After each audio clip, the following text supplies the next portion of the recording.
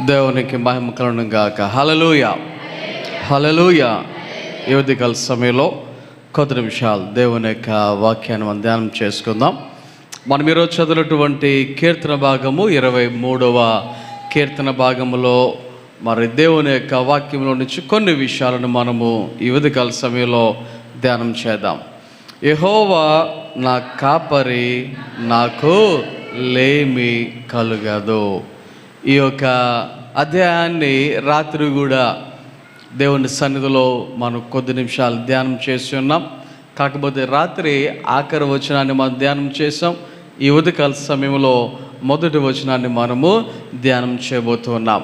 ఈ యొక్క మరి భాగాలలో కొన్ని విషయాలను మనము ఈ ఉదయకాల సమయంలో వాక్యాన్ని ధ్యానించడానికి మనము ఈ యొక్క సమయాన్ని సద్వినియోగం చేసుకుందాం.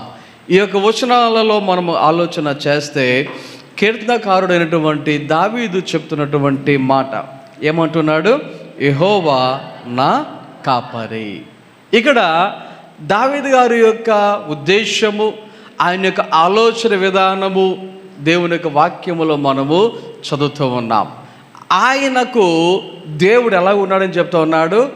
కాపరిగా ఉన్నాడు అని చెప్తా ఉన్నాడు. సో దేవుడు నాకు కాపరిగా ఉన్నాడు కాబట్టి నాకు లేమి కలుగదు. లేమి అంటే కరువు, ఏమి లేకపోవటం. గమనించండి, కరువు అనేది నాకు కలుగదు అని వాక్యాలు మనకి స్పష్టముగా తెలియచేస్తూ ఉన్నాయి.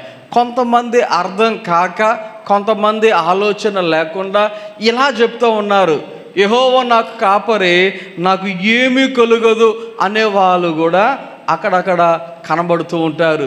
విచిత్రంగా నేనైతే ఒకసారి ఒక ఆటోలో ఇదే వచనాన్ని ఇలా చదివాను, యెహోవా నా కాపరి, నాకు ఏమీ కలుగదు అని రాసుకున్నాడు. నేను అడిగా, ఏమయ్యా ఎలా రాసుకున్నావు ఏంటి నీ ఆటో మీద అంటే, వాక్యం అంతే ఉంటుంది కదని అన్నాడు. వాక్యం అంతే ఉంటుంది ఏంట్రా బాబు, అసలు చదువు బైబిల్లో అక్కడ ఏమీ కాదు లేమి అని ఉంటుంది అంటే, అయ్యయ్యో అవునండి నాకు అసలు తెలియదండి అని ఆశ్చర్యంగా మాట్లాడటం జరిగింది. ఓకే, ఇక్కడ దేవుడు ఎవరికైతే కాపరిగా ఉంటాడో, దేవుడు ఎవరికైతే కాపరిగా ఉంటాడో అటువంటి వారి జీవితాలకు లేమి అనేది కలుగదు. ఇది లేదు, నాకు ఇలాంటి పరిస్థితులు ఎందుకు అనేటువంటి మరి ఇలాంటివి లేకుండా దేవుడు ఏం చేస్తాడంట? మనకు సహాయము చేసేవాడుగా ఉన్నాడు. దేవుని యొక్క వాక్యాలలో ఇక్కడ మనం కొన్ని విషయాలు చదువుకుంటూ వెళ్తే, పచ్చిక గల చోట్లు ఎక్కడైతే ఉన్నాయో అక్కడ ఆయన ఏం చేస్తాడు? నన్ను పరుండజేసేవాడుగా ఉన్నాడు. శాంతికరమైన జలముల దగ్గరకు నన్ను నడిపించువాడుగా, నా ప్రాణమునకు ఆయన ఎలాగున్నాడు? సేద తీర్చుచున్నట్టుగా. ఇలాగున ఈయన అంటే దావీదు గారు చెప్తున్నటువంటి విషయాలు ఇవన్నీ ఎప్పుడు జరుగుతున్నాయి? యెహోవా నాకు కాపరిగా ఉన్నప్పుడు. ఎప్పుడంట?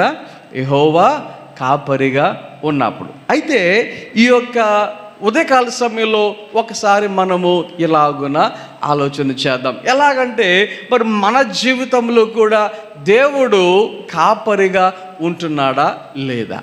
దేవుడు మన జీవితంలో కాపరిగా ఉంటున్నాడా లేదా? ఒకటి, దేవుడు మనకు కాపరిగా ఉన్నాడా లేదా అనేటువంటి విషయాన్ని తెలుసుకోవాలి అంటే ఇంకొక విషయాన్ని కూడా మనము అర్థం చేసుకోవాలి. ఏంటి ఇంకొక విషయం అంటే, గొర్రెలకు మిగతా జంతువులకు ఉన్నటువంటి ఒక పోలికను, ఒక వ్యత్యాసాన్ని, ఒక తేడాను మీ అందరికీ తెలిసే ఉంటుందో ఒకసారి జ్ఞాపకం చేస్తాను. అదేంటంటే, జనరల్గా గొర్రెలకు కాపరి ఎక్కడ ఉంటాడు? గొర్రెలకు ముందు ఉంటాడు. గొర్రెలకు ఎక్కడ ఉంటాడు? ముందు ఉంటాడు. మిగతా వాటికి వెనకాల ఉంటాడు. ఎందుకో తెలుసా? గొర్రెలకు ఉన్నటువంటి స్వభావం ఏంటంటే వెంబడించటం. గొర్రెలకు ఉన్నటువంటి స్వభావం ఏమిటి చెప్పండి? వెంబడించటం. ఒకసారి ఒక వ్యక్తి ఎలాగంటూ ఉన్నాడు, ఒక 10 గొర్రెలను పెట్టి ఒక మొదటి గొర్రెను మటన్ షాపులో చంపడానికి తలకే నరికేసిన మిగతా 9 గొర్రెలు వెనక్కి పారిపోవంట. మిగతా 9 గొర్రెలు వెనక్కి పారిపోవంట. నెక్స్ట్ నేనే అన్నట్టుగా తలకే ఉంచుకుని ముందుకు వచ్చేస్తాయంట. అది గొర్రెలకు ఉన్నటువంటి స్వభావం. మీరు ఎప్పుడైనా గొర్రెలు గమనించండి. ఒక గొర్రె ఎప్పుడైనా వెళ్తూ వెళ్తూ పక్క నుంచి అలా వెళ్ళిందనుకో, అది ఏమి లేకపోయినా మిగతా గొర్రెలు కూడా ముందున్న గొర్రెలు వెళ్ళినట్టుగా ఇవి కూడా అలాగే వెళ్తాయి.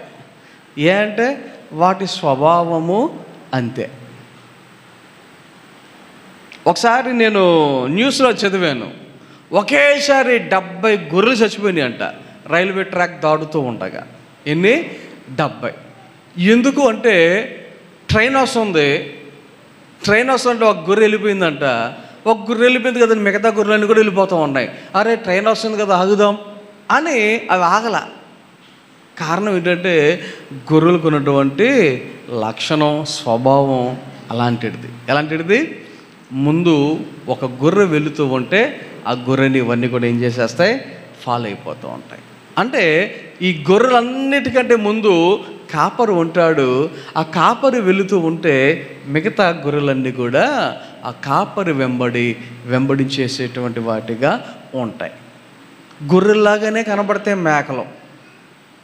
మేకలు కనబడతాయి, గొర్రెల్లాగానే కనబడతాయి. ఇంచుమించు గొర్రెలు మేకలు ఒకే సైజులో ఉంటాయి. ఇంచుమించు దరిదాపుల్లో ఒకే ఆకారంలో ఉంటాయి. కాకపోతే రంగు కొంచెం తేడా. కానీ మేకలకి కాపరు ముందు వెళ్ళడుకోండి, వెనకాల మేకలన్నీ కాపర్ను ఫాలో అయిపోతాయి అంటే కష్టం. వాటికి అలాంటి ఉద్దేశం, అలాంటి లక్షణాలు, అలాంటి అలవాట్లు, అలాంటి వెంబడించేటువంటి పరిస్థితి మేకల్లో లేదు. అందుకనే మరి యేసయ్య ఈ లోకంలో ఉన్నప్పుడు ఆయన కూడా ఒక సందర్భంలో ఇలాగ వర్ణిస్తూ నా తండ్రి చేత ఆశీర్వదింపబడిన వారలారా అని ఒక గుంపును, నా తండ్రి చేత శపింపబడిన వారలారా అని ఇంకొక గుంపును, ఆయన 2 గుంపులను వేరు చేసినప్పుడు ఒక గుంపును దేంతో పోల్చాడు? ఆయన గొర్రెలతో పోల్చాడు. ఒక గుంపునేమో మేకలతో పోల్చినట్లుగా మత్తయి సువార్త 25వ అధ్యాయంలో ఈ విషయాలన్నీ మనకు కనబడుతూ ఉంటాయి. అంటే ఆశీర్వదించబడిన వారినేమో గొర్రెలతో పోల్చి, శపింపబడిన వారినేమో మేకలతో పోల్చడం జరిగింది. సో ఇక్కడ ఈ విషయాన్ని కనుక మనం అర్థం చేసుకుంటే గొర్రెల యొక్క స్వభావం ఏంటంటే కాపరిని ఏం చేస్తాయి? అవి వెంబడించేవిగా ఉంటాయి. కాపరిని ఏం చేస్తాయి? వెంబడించేవిగా ఉంటాయి. అయ్యా మేకలైతే కాపరి వెనకలుండి నడు నడు నడు నడు, ఇంకా ముందుకి ఆగొద్దు నడు అన్నట్టుగా వెనకాల నుంచి ఏం చేస్తూ ఉండాలి? తోసుకుంటా ఉండాలి. వెనకాల నుంచి ఏం చేయాలి? తోసుకుంటా ఉండాలి. ఆ డోర్ తింటాం వెళ్ళి వెనకాల నుంచి ఏం చేయాలి? తోసుకుంటా ఉండాలి. అది మేకల యొక్క స్వభావం, మేకలు వెంబడించేటువంటి విధానం. కాబట్టి ఈ ఉదయకాల సమయంలో ఒక్కసారి మనం ఆలోచన చేద్దాం. మనము వెంబడించేటువంటి స్థితిలో ఉంటే, మనము ఎక్కడుంటే వెంబడించేటువంటి స్థితిలో ఉంటే మనం ఎటువంటి వారము? గొర్రెల స్వభావము వంటి వారు. ఒకవేళ మనలను వెనకాల ఉండి నువ్వు నడవాలి అని ఒకవేళ ఎవరైనా మనలను చెప్పేటువంటి స్థితిలో ఉంటే మనం ఎటువంటి వారం అన్నమాట? మేకల వంటి స్వభావము కలిగినటువంటి వారం. ఈ ఉదయకాల సమయంలో ఒకసారి ఈ విషయాన్ని ఇలాగున ఆలోచన చేద్దాం. ఏంటి ఆ విషయం అంటే, మనం ఇప్పుడు ఎక్కడున్నాం? ఒక కాపరిని వెంబడించేటువంటి మందలో ఉన్నామా, లేక ఒక కాపరి మనలనే వెనకాల ఉండి నువ్వు నడవాలి అని ఈ రీతిగా నడిపించేటువంటి మందలో మనం ఉన్నామా? ఒకసారి మన జీవితాలను మనము పరిశీలన చేసుకుందాం. ఎందుకంటే ఒకవేళ నీవు కనుక గొర్రె వంటి స్వభావము కలిగినటువంటి వాడుగా ఉంటే, వాక్యాలు చెప్తా ఉన్నాయి, దేవుడే మనకు కాపరి. మనకి ఎవరు కాపరి చెప్పండి? దేవుడే మనకు కాపరి. దావీదు గారు చెప్తున్నట్టుగా యెహోవా నా కాపరి అని ఆయన ఎలాగైతే చెప్పగలుగుతూ ఉన్నారో, మనము కూడా గొర్రె వంటి స్వభావము కలిగిన వారముగా ఈ లోకంలో జీవించగలిగితే మనం ఎవరమన్నమాట? దేవుడిని కాపరిగా కలిగినటువంటి వారముగా మనము ఉన్నట్టే. దేవుడు ఎటువంటి వాడు అంటే మంచి కాపరి అని చెప్తా ఉంది వాక్యం. ప్రధాన కాపరి అని చెప్తా ఉంది వాక్యం. ఆత్మలను కాయు కాపరి అని వాక్యం చెప్తా ఉంది. ఎవరు? గొర్రెల వంటి స్వభావము ఎవరైతే కలిగి ఉన్నారో అటువంటి వారికి కాపరిగా ఉన్నటువంటి దేవుడు ఆయన ఈ రీతిగా ఉన్నాడు. అయితే ఆయనను మనము కాపరిగా కలిగి ఉన్నామా లేదా? ఆయన కాపరిగా ఉంటే గమనించండి, మనము ఆయన అడుగుజాడల్లో నడవవలసిన వారమై ఉన్నాం. మనం ఏమై ఉన్నాం?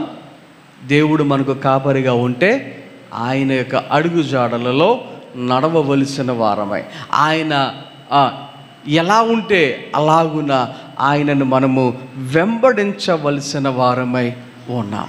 ఇంకొక మాటలో చెప్పాలంటే ఆయన యొక్క స్వరాన్ని మనము వినవలసిన వారమై ఉన్నాం. గొర్రెలకు మన భాష రాకపోవచ్చు, మనం మాట్లాడినట్టుగా నాకు అన్నం కావాలి, నాకు మేత కావాలి, నాకు నీళ్ళు కావాలి అని అవి అడగకపోవచ్చు. అలాగే మనం మాట్లాడుతూ ఉంటే వాటికి ఆ మాటలు రాకపోవచ్చు.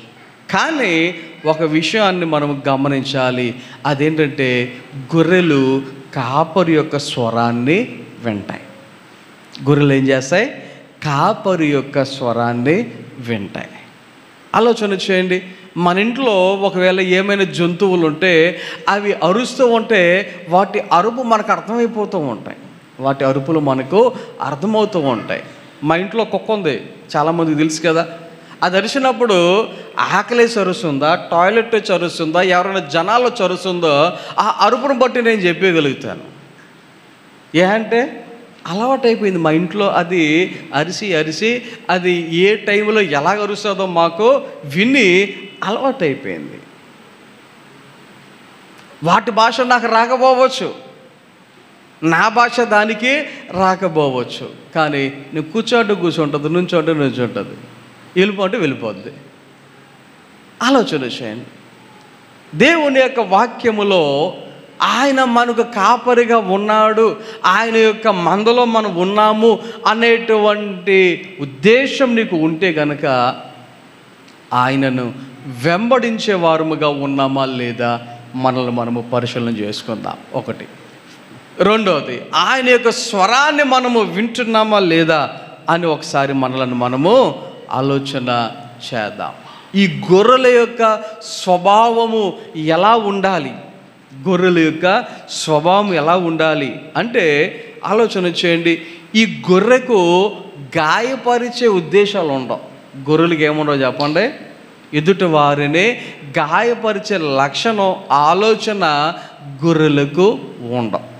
మేకలైన అప్పుడప్పుడు ఇలాగ పొడుచుకుంటూ వచ్చేసి తలతో పొడిచేసే పరిస్థితులు ఉండొచ్చేమో, కానీ జనరల్గా గొర్రెకైతే అలాగున ఎదుట వాణిని గాయపరచాలి అనేటువంటి ఉద్దేశాలు ఎవరికి ఉండవు? గొర్రెలకు ఉండవు. ఓకే. అయితే మరి మన జీవితంలో ఎదుట వాణిని గాయపరిచేటువంటి లక్షణాలు మన జీవితంలో కూడా ఉండకూడదు. మన జీవితంలో కూడా ఏముండకూడదు? ఎదుట వాణిని గాయపరిచేటువంటి లక్షణాలు. గాయపరచడం అంటే రాయి తీసుకుని కొట్టడం, కత్తి తీసుకుని కొయ్యటం, ఇవి ఒక్కటే కాదు. వాక్యాలు చెప్తా ఉన్నాయి, నాలుక చాలా అంటే చాలా ప్రమాదకరమైనదంట.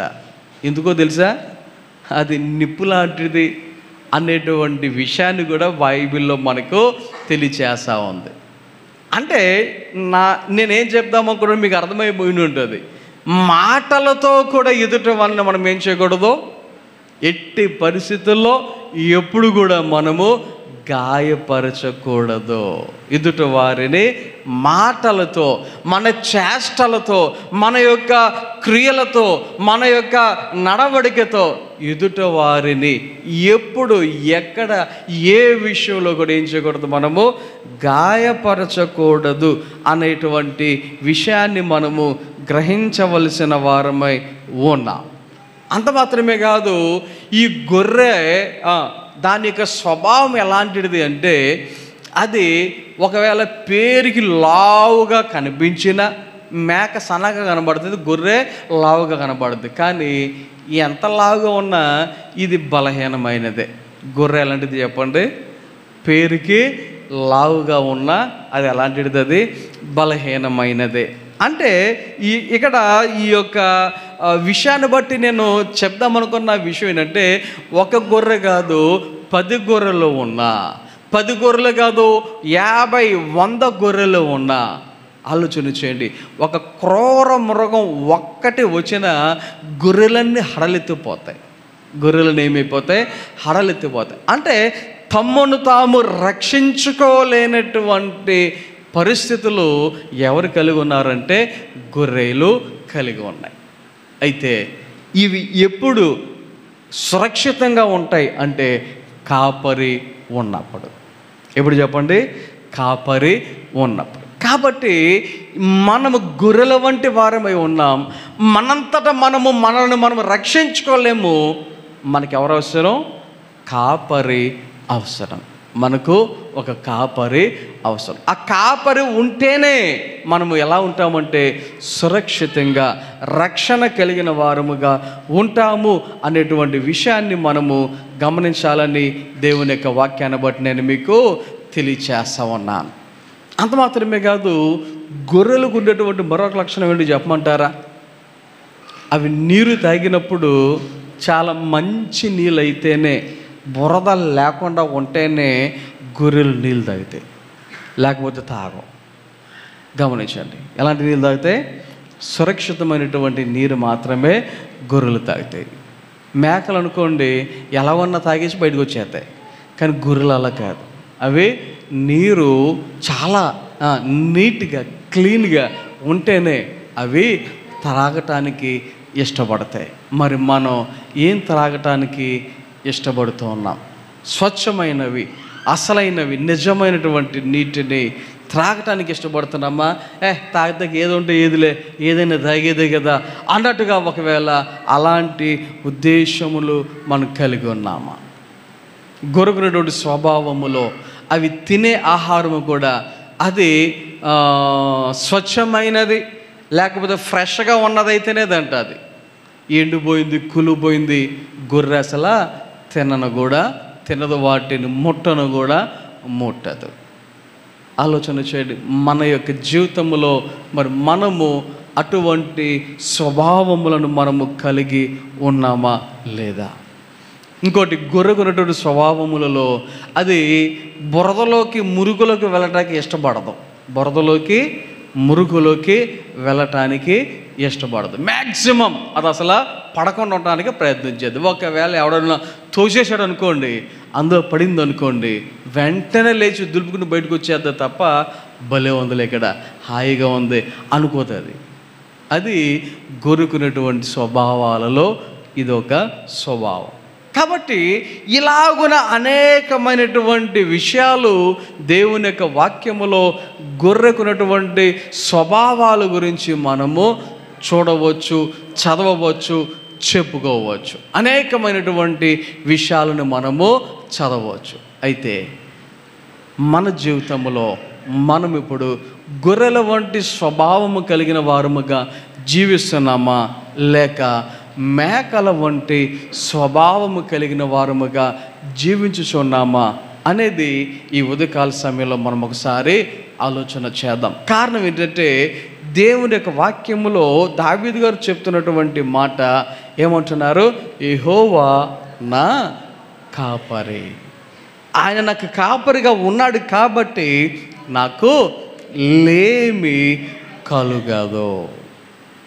దేవుని యొక్క వాక్యములో కొన్ని విషయాలు కనుక ఆలోచన చేస్తే గొర్రెలు చాలా సెన్సిటివ్ జంతువులు అంట. గొర్రెలు లాంటివి చాలా సెన్సిటివ్ అంటే సున్నితమైనటువంటి జంతువు అంట.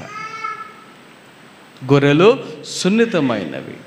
కొన్నిసార్లు కొన్ని మందలను మేపుకుంటూ వెళ్తున్నటువంటి వాళ్ళు చిన్న చిన్న పిల్లలను చూడండి, అవసరమైతే వాళ్ళు ఎత్తుకునో మెడ మీద వేసుకునో మోసుకొని వెళుతూ ఉంటారు. మేకలేమో నడుచుకుంటూ టుక్కు ఎగురుకుంటూ వెళ్ళిపోతూ ఉంటాయి. కానీ గొర్రెలైతే కొన్ని నడవలేని పరిస్థితి, సున్నితమైనటువంటి స్వభావము కలిగినటువంటివిగా మనకు గొర్రెలు కనబడుతూ ఉంటాయి. దేవుని యొక్క వాక్యములో ఆదికాండము 33వ అధ్యాయము 13వ వచనంలో చదివిన అక్కడ కూడా ఇంచుమించు ఈ యొక్క గొర్రెల వంటి స్వభావము ఎలాంటిదివో ఆ వచనములో ఆఖరులో కనబడతా చూడండి. పసిపిల్లలనియు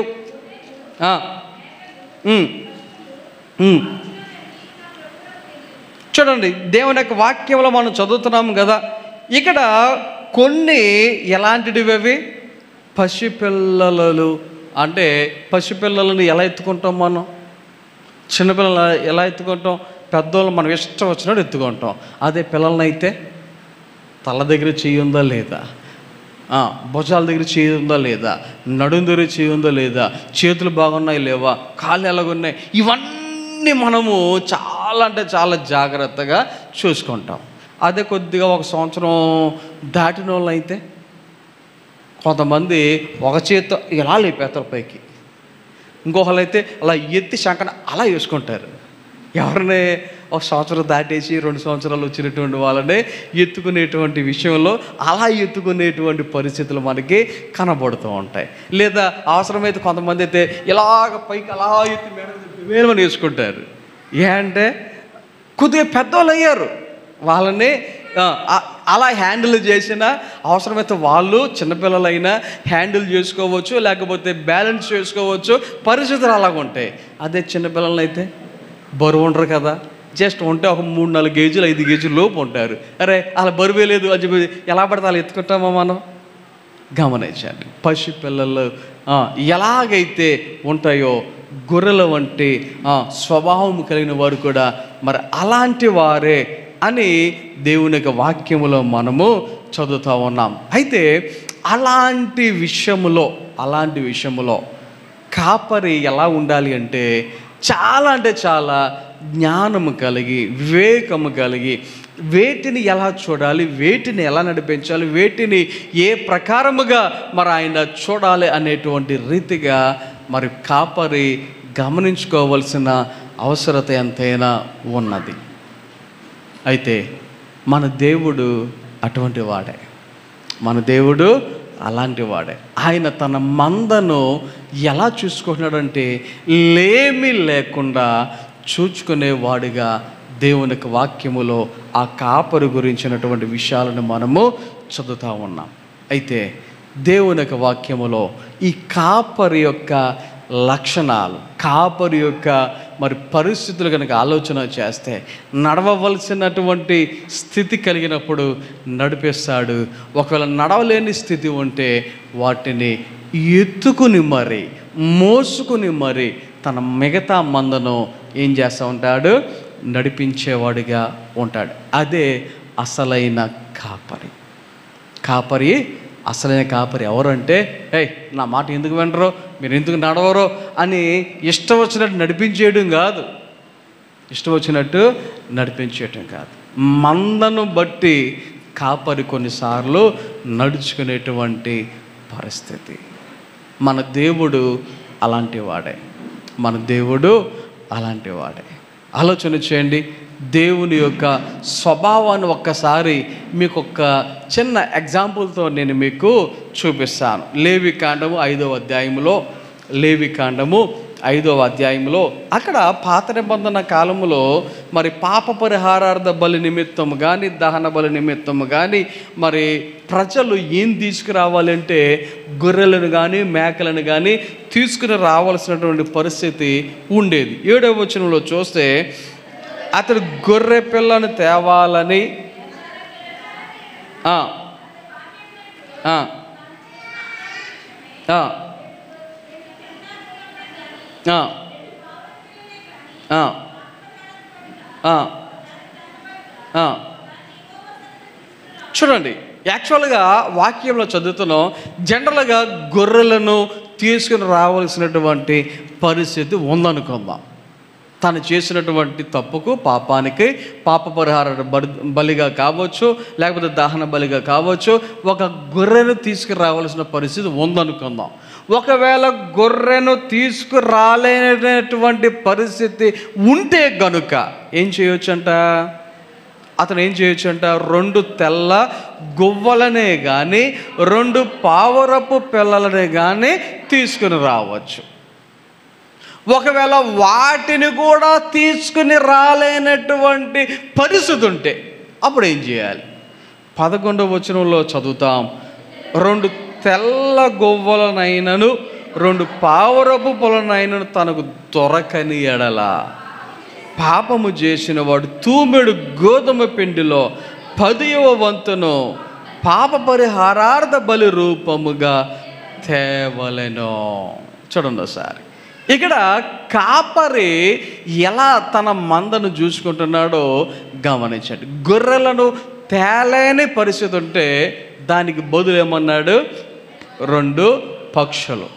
ఒకవేళ పక్షులను కూడా తేలేని పరిస్థితులు ఉంటే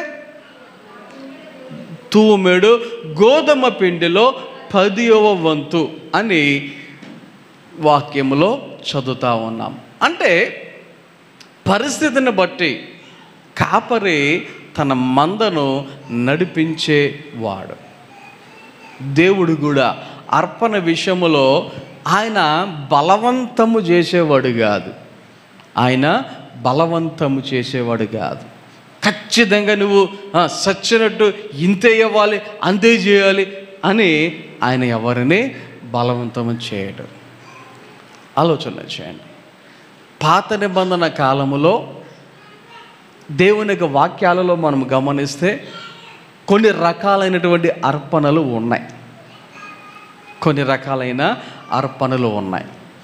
10వ భాగమని, లేకపోతే ప్రథమ ఫలమని, లేకపోతే ఈ రీతిగా కొన్ని రకాలైనటువంటి అర్పణలు దేవుని యొక్క వాక్యాలలో మనం చూస్తూ ఉంటాం. అయితే క్రొత్త నిబంధనకు వచ్చేసరికి దేవుడు ఏమని చెప్తున్నాడు, ఎలా చెప్తున్నాడు అంటే, నీవు ఇవ్వదగిన దానికి నీవు సంతోషముగా నువ్వు దేవునికి ఇచ్చేవాడుగా ఉండు. కాకపోతే కొంతమంది ఏమంటారంటే, అబ్బాయి కొత్త నిబంధనలో దశంభాగం ఇవ్వమని ఎక్కడుందండి, ప్రథమ ఫలం ఇవ్వమని ఎక్కడుందండి అనుకునే వాళ్ళు ఉంటారు. మత్తయి సువార్త 23వ అధ్యాయంలో కనబడుతుంది, వాటిని మానక వీటిని చేయుడి అని ఆయన చెప్తున్నట్టుగా, యేసయ్య చెప్తున్నట్టుగా ఒక విషయాన్ని, ఒక వచనాన్ని మనము గమనించవచ్చు. ఆలోచన చేయండి. దేవుడు ఇప్పుడు కూడా ఆయనకి ఇచ్చే విషయంలో డిమాండ్ చేయటంలా. కాకపోతే మనమే ఏం చేయాలి? దేవుడు మనలను దీవించిన దానిని బట్టి, ఆశీర్వదించిన దానిని బట్టి దేవునికి మనము ఇచ్చేవారముగా ఉండాలి. ఇందుకు ఇవ్వలేదు అని దేవుడు ఎప్పుడు కూడా ఆయన అడిగేవాడుగా ఉన్నాడు. ఎందుకు ఇవ్వట్లేదు అని ఆయన సీరియస్ అయ్యేటువంటి పరిస్థితుల్లో ఆయన ఉండడు. కాకపోతే ఒకటే, మనం ఆయనకి ఇచ్చామా దానికి తగినటువంటి ప్రతిఫలం ఒక రకంగా ఉంటుంది. ఇవ్వలేదా ఆయన మన దగ్గర నుంచి ఎలా తీసుకోవాలో అలాగే తీసుకుంటాడు. మనకు తెలియకుండానే మన యొక్క అమౌంట్ అంతా కూడా పోతూ ఉంటుంది. ఒకసారి మొన్న ఒకళ్ళు చెప్తూ ఉన్నారు నా దగ్గర, ఏమండి బలహీనత వచ్చింది, హాస్పిటల్కి వెళ్ళాం, టెస్టులు అన్నీ చేశారు. ఏం చేశారంట? టెస్టులు అన్నీ చేశారంట. అన్నీ చేసిన తర్వాత నీకేమీ లేదు అన్నారంట. ఏమన్నారు? అన్నీ చేసిన తర్వాత ఏమీ లేదు అన్నారంట. 27,000 ఖర్చు అయిందంట ఆ రోజు టెస్టులు చేయటానికి. 27,000 ఖర్చు పెట్టిన తర్వాత డాక్టర్ గారు చెప్పారు నీకు ఏమీ లేదు అన్నారంట. గమనించండి ఒకసారి. ఆ తర్వాత వాళ్ళు చెప్పిన మాట ఏంటంటే, ఏమండి దేవునికి ఇవ్వవలసిన విషయంలో కొద్దిగా మేము వెనకబడ్డాం, అందుకనే మా డబ్బులన్నీ ఇలాగున వెళ్ళిపోయినాయి అన్నట్టుగా మాట్లాడుతూ వచ్చారు. ఓకే, ఇక్కడ దేవుని యొక్క వాక్య ప్రకారంగా ఆయన ఇచ్చే విషయంలో ఎందుకు ఇవ్వలేదు అని డిమాండ్ చేసేటువంటి వ్యక్తిగా దేవునిగా ఆయన ఉండడు. ఆయన ఎవరిని కూడా బాధ పెట్టేవాడిగా ఉండడు. ఆదాము అవ్వలను సృజించినప్పుడు ఆ యొక్క తినొద్దన్న పండును తినకుండా ఆయన అడ్డుకోలేడు అంటే అడ్డుకోవచ్చు, పోనీ ఆ చెట్టు పీకేయలేడంటే పీకొచ్చు, కానీ ఆయన అలా చేయలే. అంటే అది దేవుని యొక్క స్వభావం. మనిషికి స్వేచ్ఛనిచ్చాడు, మనిషికి స్వతంత్రాన్ని ఇచ్చాడు. ఆ స్వతంత్రాన్ని మనం ఎలా వాడుకుంటూ ఉన్నాం, ఆ స్వతంత్రాన్ని మనం ఎలా వినియోగించుకుంటూ ఉన్నాం, ఆ స్వతంత్రాన్ని బట్టి మనము గొర్రెలాగా ఉంటున్నామా లేక మేకల్లాగా మారిపోతున్నామా, గొర్రెల వంటి స్వభావం కలిగిన వారముగా నడుచుకుంటున్నామా లేక గొర్రెలుగా ఉంటూ మేకల వంటి స్వభావముగా మనము మారిపోతూ ఉన్నామా? ఒకసారి మనల్ని మనము పరిశీలన చేసుకుందాం. ఎందుకంటే ఆయన మనకు కాపరిగా ఉంటే, ఆయన మనకు కాపరిగా ఉంటే వాక్యాలు చెప్తున్నాయి, మనకు లేమి కలుగదు. దేవుని యొక్క వాక్యాలలో ఇంకా మనం కిందకి చదువుకుంటూ వెళ్తే, గాఢాంధకారపు లోయలో నేను సంచరించినను ఏ అపాయమునకు ఎందుకని ఆయన మనకు ఎలా ఉన్నాడు? కాపరి. చీకటి అంటే అందరికీ భయమే. చీకటి అంటే ఏంటి చెప్పండి? అందరికీ భయమే. కానీ ఆ చీకటిలో భయముగా ఉన్న పరిస్థితుల్లో మన పిల్లలు తల్లిదండ్రులు ఎవరిదైనా చేయబట్టుకున్నారనుకోండి, పిల్లలు ఎలా ఉంటారు?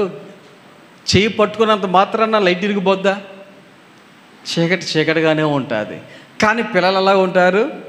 ధైర్యంగా, నాకేం కాదు, మా డాడీ ఉన్నారు, నాకేం కాదు, మా మమ్మీ ఉంది, నాకేం కాదు, నన్ను పట్టుకున్నారు అనేటువంటి ఒక భరోసా, ఒక ధైర్యము పిల్లలు ఖచ్చితంగా కలిగి ఉంటారు. అవునా?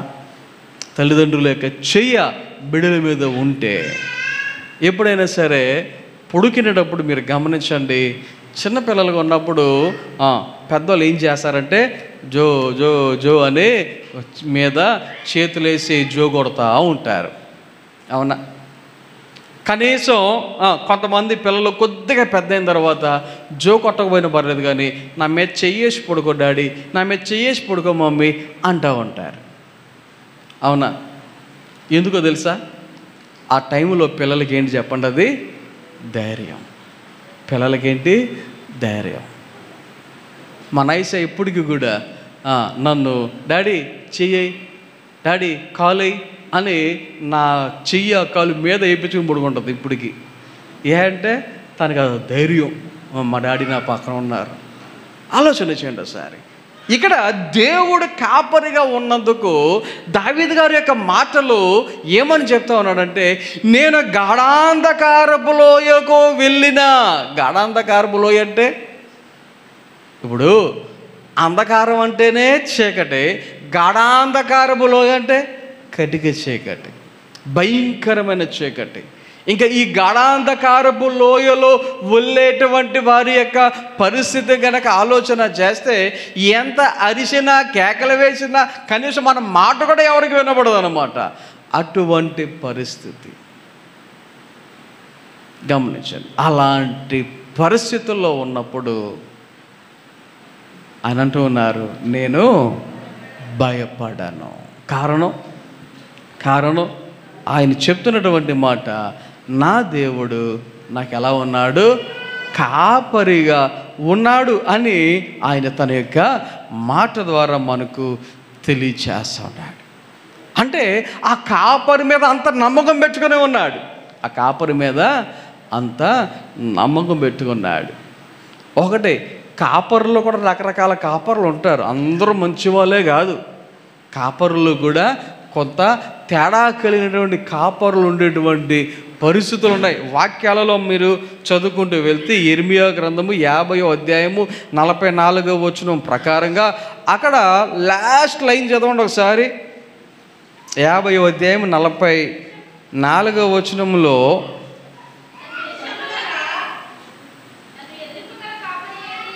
చూడండి ఏమంటుంది వాక్యము, నన్ను ఎదురింపగల కాపరి. అంటే ఇక్కడ ఒక కాపరి ఎలాంటి వాడు? ఎదిరించేటువంటి కాపరంట. కాపరు అంటే ఎవరంట? ఇక్కడ వాక్యంలో ఏం కనబడుతుంది? ఎదిరించేటువంటి కాపరి. అలాగే జకర్యా గ్రంథము చూడండి 11వ అధ్యాయము 15వ వచనం చదువుదాం.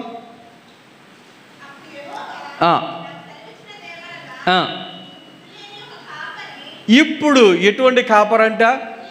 బుద్ధి లేని ఒక కాపరి. చూడండి ఒకసారి ఇంకొక కాపరి కనబడుతున్నాడు. ఇందాక ఏం చదివాము? ఎదిరించేటువంటి కాపరి అని చదివాం. ఇప్పుడేం చదువుతున్నాం? బుద్ధి లేని కాపరి. బుద్ధి లేని కాపరి. కాపరి బుద్ధి లేని వాళ్ళగా ఉంటే మరి మందంతా ఎలా ఉంటుంది? మందంతా ఎలా ఉంటుంది? ఎదిరించే కాపరి అయితే మందంతా ఎలా ఉంటుంది? ఇంకొక వచనం ఇదే అధ్యాయం 17వ వచనంలో చదివితే ఏ కాపరు అంట? పనికిమాలిన కాపరు అంట. పనికిమాలిన కాపరుగా ఉంటే మందంతా ఎలా ఉంటుంది? ఆలోచన చేయడం ఒకసారి. కాపరులో కూడా రకరకాలైనటువంటి కాపరులు ఇక్కడ కనబడుతూ ఉన్నారు. ఆ యొక్క కాపరి యొక్క లక్షణాలను కూడా మనం ఇక్కడ చదువుతూ ఉన్నాం. ఎదిరించేటువంటి లక్షణం కలిగిన కాపరిగా, బుద్ధి లేనటువంటి కాపరిగా ఉండేటువంటి లక్షణం, లేక పనికిమాలినటువంటి కాపరిగా ఉండేటువంటి లక్షణం, ఇలాంటి లక్షణాలు కలిగినటువంటి వారు కూడా కొంతమంది కాపరులుగా ఉంటూ ఉన్నారు అక్కడక్కడ. అయితే మన యొక్క కాపరి ఎలా ఉండాలి? మన కాపరి ఎలా ఉండాలి? యోహాను సువార్త 10వ అధ్యాయంలో మనందరికీ తెలుసు, యేసయ్య లోకంలో ఉన్నప్పుడు చెప్తున్నటువంటి మాట, నేను గొర్రెలకు మంచి కాపరిని అంటా ఉన్నాడు. ఏమన్నాడు ఆయన? గొర్రెలకు మంచి కాపరిని. హెబ్రీయులకు రాసిన పత్రిక 13వ అధ్యాయంలో మనం చదివితే 20వ వచనంలో కనబడుతుంది, నేను గొర్రెలకు గొప్ప కాపరిని అని చెప్తున్నాడు. ఎలాంటి కాపరంట? గొప్ప కాపరి. ఇందాకేమో మంచి కాపరి అని చదివాం. ఇప్పుడు ఏమంటుంది వాక్యము? గొప్ప కాపరి అని చెప్తా ఉంది. పేతురు రాసిన మొదటి పత్రిక 2వ అధ్యాయం 25వ వచనం ప్రకారంగా అక్కడ ఇంకొక పేరు మనకు కనబడుతూ ఉంటుంది. చూడండి ఏ కాపరంట? ఆత్మల కాపరి. ఆయన మన ఆత్మలను కాయు కాపరిగా దేవుని యొక్క వాక్యములో మనము ఆయన గురించి చదువుతూ ఉన్నాం. అలాగే ఇదే పేతురు పత్రిక మొదటి పత్రిక 5వ అధ్యాయములో అక్కడ 4వ వచనంలో చదివితే అక్కడ ప్రధాన కాపరి అని చదువుతూ ఉన్నాం. ఎవరంట ఆయన? ప్రధాన కాపరి అని దేవుని యొక్క వాక్యములో మనము చదువుతూ ఉన్నాం. ఇది మన కాపరి యొక్క లక్షణాలు. మంచి కాపరి, గొప్ప కాపరి, ఆత్మల కాపరి, ప్రధాన కాపరి. ఇది మన దేవుని యొక్క లక్షణాలు. మరి ఆయన ఇటువంటి లక్షణాలు కలిగిన వాడుగా ఉన్నాడు. గమనించండి, మంచి కాపరిగా ఉన్నాడు. ఆ మంచి కాపరి మందంతా ఎలా ఉంటుంది? మంచిగానే ఉంటుంది. ఆ తర్వాత గొప్ప కాపరిగా ఉన్నాడు. ఆయన మందంతా ఎలా ఉంటుంది? గొప్ప మందగానే ఉంటుంది. ఆయన ఆత్మల కాపరిగా ఉన్నాడు. ఆయన యొక్క కాపుదలలో ఉన్న ఆ మంద యొక్క ఆత్మలన్నీ కూడా కాపాడబడుతూనే ఉంటాయి. లేక ఆయన ప్రధాన కాపరిగా ఉన్నాడు. ఆలోచన చేయండి. మరి ప్రధాన కాపరి అంటే అర్థం ఏంటి? ప్రధాన కాపరి అంటే అర్థం ఏంటి? గమనించండి, కాపరులు అనేక మంది ఉంటారు, అందులో ప్రధాన కాపరి అంటే ఇది మీకు అర్థం కావడానికి చిన్న ఎగ్జాంపుల్ చెప్తాను. స్కూల్లో ఉపాధ్యాయులు ఉంటారు. 5గురో 10 మందో 15 మందో ఉపాధ్యాయులు ఉంటారు. వారిలో ప్రధాన ఉపాధ్యాయులు అంటారు. అంటే దాని అర్థం ఏంటి? వీరందరి మీద ఆయనే సుపీరియర్, లేకపోతే ఆ స్కూల్కి ఆయనే సుపీరియర్ అన్నమాట.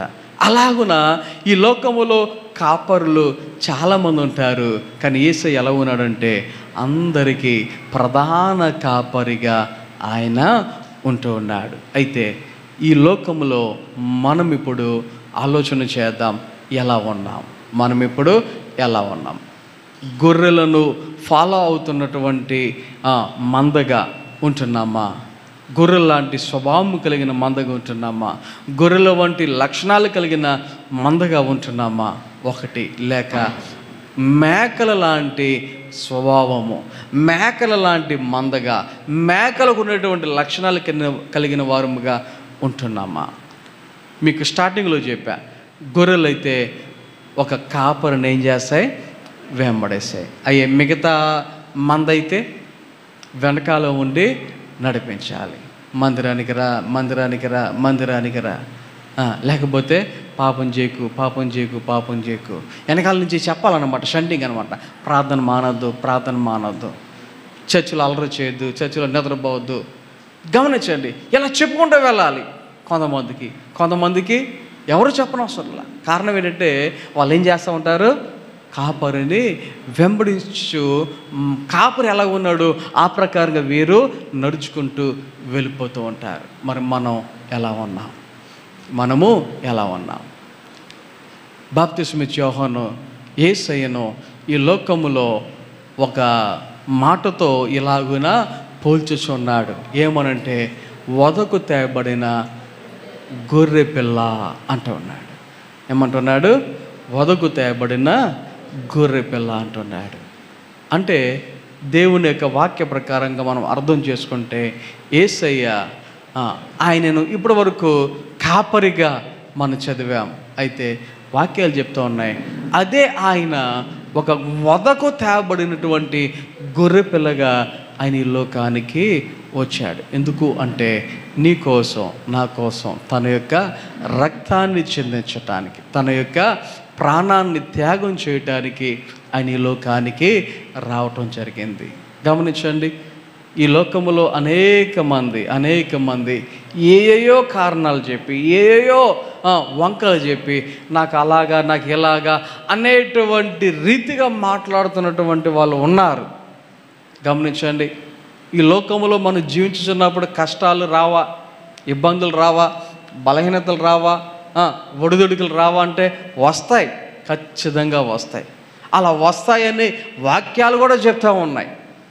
అయితే ఏది వచ్చినా మనం ఈ లోకములో ఆయన యొక్క బిడులుగా, ఆయన కొరకు జీవించేవారుగా, ఆయనను వెంబడించేవారుగా, ఆయన యొక్క కాపుదలలో, రక్షణలో మనము ఉండేవారముగా ఉండాలి. యేసయ్య మన కొరకు వదకు తేబడిన గొర్రె పిల్లగా వచ్చి మన కోసం ఆయన తన యొక్క ప్రాణాన్ని త్యాగం చేసి చనిపోయి ఆయన ఏమయ్యాడు? మనందరి కొరకు తన యొక్క రక్తమును సిలువలో కార్చి మనమందరము పవిత్రులుగా, పరిశుద్ధులుగా, మనమందరము తిరిగి పరలోక రాజ్యములో ఉండాలి అనేటువంటి ఉద్దేశముతో ఆయన మన కొరకు తన ప్రాణాన్ని త్యాగం చేశాడు. ఇప్పుడు ఆయన ప్రధాన కాపరిగా మన కోసం ఎదురు చూస్తూ ఉన్నాడు. ఆలోచన చేయండి, దేవుని యొక్క బిడ్డలుగా రెండవ రాకడ జరిగిన తర్వాత వాక్యాలలో ఒక మాట ఎలాగునే చెప్పబడుతుంది, గొర్రె పిల్ల వివాహ మహోత్సవం అనేటువంటి మాటను మనము చదువుతూ ఉంటాం. అంటే దాని అర్థం ఏంటి? ఆ యొక్క వివాహ మహోత్సవము ఎలా పోల్చబడిందంటే గొర్రె పిల్ల వివాహ మహోత్సవముగా. మన గొర్రెల్లో ఉంటే ఎలా ఉంటే, గొర్రెల్లో ఉంటే మనం అందరం కూడా ఆ యొక్క వివాహ మహోత్సవములో తిరిగి మనము పాలు పందులు పొందటానికి దేవుడు మనకు సమయాన్ని, అవకాశాన్ని ఆయన మనకు ఇస్తాడు. ఈ లోకములో పరిస్థితులు ఎలా ఉన్నా, ఈ లోకములో ఎలాంటి పరిస్థితులు ఎదురైనా ఆలోచన చేయండి. ఇంకొక 2 రోజుల్లో మనకి ఎలక్షన్స్ రిజల్ట్స్ రాబోతూ ఉన్నాయి. మన యొక్క రాష్ట్రంలో అలాగే దేశంలో మన యొక్క రాష్ట్రాన్ని నడిపించడానికి, దేశాన్ని నడిపించడానికి నాయకులు రాబోతూ ఉన్నారు. ఎటువంటి వారు వచ్చినా ఆలోచన చేయండి. నీవు నేను దేవుని బిడ్డగా, ఆయన యొక్క బిడ్డలుగా ఈ లోకములో జీవించు వారముగా, పరిస్థితులు ఎలాంటివి వచ్చినా ఆలోచన చేయండి. మనము ఖచ్చితంగా ఆయనకి ఇష్టలుగా. మొన్న ఈ మధ్య రీసెంట్గా ఒక చిన్న వార్త బయటకు వచ్చింది. మన ప్రధానమంత్రి మోడీ గారు ఆదివారం సెలవు తీసేసి శుక్రవారానికి మార్చేద్దాం అనేటువంటి ప్రపోజల్లో ఉన్నారంట. అంటే వాళ్ళ యొక్క ఉద్దేశం ఏంటంటే, ఎప్పుడో బ్రిటిష్ వాళ్ళు పరిపాలన చేసినప్పుడు వాళ్ళు క్రైస్తవులు కాబట్టి ఆదివారాన్ని సెలవు దినంగా ప్రకటించారు. కాబట్టి మనం క్రైస్తవులం కాదు కాబట్టి ఆదివారాన్ని ఎందుకు పాటించాలి, మనం శుక్రవారం పాటిద్దాం సెలవు దినాన్ని అన్నట్టుగా ప్రపోజల్లో ఉన్నారంట. ఒకవేళ అది కనుక ఇంప్లిమెంట్ చేశారంటే ఆదివారం అనేది మనకి సెలవు రోజుగా పోయే అవకాశాలు ఉన్నాయి. అప్పుడు మన పరిస్థితులు ఎలా ఉంటాయి, మన పరిస్థితులు ఎలా ఉంటాయి గమనించండి. పరిస్థితులు ఎలా ఉన్నా దేవుని బిడ్డలుగా మనము జీవించవలసిన వారమై ఉన్నాం. పరిస్థితులు ఎలా ఉన్నా ఆయన బిడ్డలుగా నడుచుకోవలసిన పరిస్థితులు ఉన్నాయి అనే వాక్యాన్ని గ్రహించి దేవుని బిడ్డలుగా ఆయన మన కొరకు చనిపోయాడు, మన కొరకు తన యొక్క రక్తాన్ని చెందించాడు, మన కొరకు తన యొక్క ప్రాణాన్ని త్యాగం చేశాడు. ఆయన బిడ్డలుగా మనమందరం గొర్రెల వంటి స్వభావం కలిగి మనలను ఒకరు నడిపించడం కాదు, మనమే ఆయనను వెంబడించే వారు ఉందాం. కొద్ది మాటలు దేవుడు మనందరి వినికిడిలో ఫలింపచేసి నడిపించును గాక. ఆమేన్. ఈ సమయంలో దేవుని సన్నిధిలో ఆయన శరీరాన్ని, ఆయన రక్తాన్ని స్వీకరిద్దాం. చిన్నపిల్లలందరూ వెనక్కి వెళ్ళండి, మిగతా వారందరూ. మహోన్నతుడా, గొప్ప దేవా, నీ ఘనమైన నామమునకు వందనాలు స్తోత్రాలు తెలియజేసుకుంటూ ఉన్నాం తండ్రి. ఈ ఉదయకాల సమయంలో మేము ప్రార్థన చేసిన రీతిగా దేవా నీ యొక్క సన్నిధిలో పాటల్లో తోడుగున్నారు, మీకు వందనాలు. వాక్య పఠనంలో తోడుగున్నారు, మీకు వందనాలు. ఆరాధనలో తోడుగున్నారు, మీకు వందనాలు. నీ వాక్యాన్ని ధ్యానించటానికి మీరు ఇచ్చిన అవకాశాన్ని బట్టి మీకు వందనాలు. నీ యొక్క శరీరమును, నీ రక్తమును మేము స్వీకరించడానికి ఇచ్చిన అవకాశాన్ని బట్టి వందనాలు. దేవా మీరు మమ్మలను దీవించి ఆశీర్వదించిన విధానాన్ని బట్టి నీ సన్నిధిలో దేవా మేమందరము కానుకలు, అర్పణములు, దేవా దశమ భాగములు ఇవ్వటానికి సహాయం చేసే విధానాన్ని బట్టి వందనాలు. ప్రతి ఒక్కరిని నూరంతులుగా, అరుదంతులుగా, ముప్పదంతులుగా ఫలింప చేయమని నీ సన్నిధిలో ప్రార్థన చేయుచున్నాం. అలాగే ఈ నెలలో దేవా మరి ఎవరెవరైతే నూతన సంవత్సరంలో ప్రవేశించబోతున్న వారన్నారో వారందరిని బట్టి వందనాలు. నీ పరలోకపు దేవునులతో ఆశీర్వాదంతో వారిని నింపమని దేవా నీ విడుదలైన ప్రతి ఒక్కరికి నూతన సంవత్సరం అనే దయా కిరీటముతో తృప్తిపరచమని ప్రార్థన చేయుచున్నాం. ఈ వారంలో జరగబోయే పనుల్లో, ఈ నెలలో ప్రతి ఒక్కరి యొక్క కార్యక్రమాలలో సహాయం దయచేయమని, ముఖ్యంగా దేవా మరి విద్యార్థులు స్కూల్స్కి, కాలేజెస్కి వెళ్ళటానికి మరలా సిద్ధపడుచూ ఉండగా దేవాన్ని యొక్క కృప, నీ యొక్క కాపుదల వారి మీద ఉంచమని, ఉన్నత చదువుల్లో, క్రొత్త తరగతుల్లో వారు వెలుచు ఉండగా సహాయం చేయమని ప్రార్థన చేయుచూ ఉన్నాం. అలాగే ఈ వారంలో ఎలక్షన్స్ రిజల్ట్స్ రాబోతూ ఉన్నాయి. దేవా మీరు ఏర్పాటు చేయబోతున్న నాయకులను బట్టి, అధికారులను బట్టి వందనాలు. దేవా మేమందరం నిబిడులుగా జీవించడానికి, ఎదగటానికి సహాయం దయచేయండి. విన్న వాక్య ప్రకారముగా గొర్రెల వంటి స్వభావము కలిగి దేవా నిన్ను వెంబడించే వారముగా మేము ఈ లోకములో ఉండలాగిన సహాయం చేయమని, అటువంటి మనస్సును మేము కలిగి ఉండలాగిన కృప చూపించమని ప్రార్థన చేయుచున్నాం. ఈ సమయంలో ఎవరికి ఎటువంటి అవసరతలు ఉన్నాయో సమస్య వరిగిన దేవుడవు దేవా సహాయం దయచేయమని, భోజనాలు ఏర్పాటు చేసిన కుటుంబాన్ని నీ మేలుతో నింపి తృప్తిపరచమని, నీ సన్నిధి విడిచి గృహాలు వెలుచుండగా నీ మెండైన దేవులతో ఆశీర్వాదంతో నింపమని యేసు నామమున ప్రార్థన చేయుచున్నాము తండ్రి. ఆమేన్. మన తండ్రి అయిన దేవుని ప్రేమ, కుమారుడైన యేసుక్రీస్తు వారి కృప, పరిశుద్ధాత్మ కన్యని సహవాసము, సహాయము, కాపుదల ఇప్పుడు ఎల్లప్పుడు మనందరికను, అలాగే ఈ జూన్ నెలలో నూతన సంవత్సరంలో ప్రవేశించబోతున్న ప్రతి ఒక్కరికి సదాకాలము తోడే నడిపించిన గాక. ఆమేన్.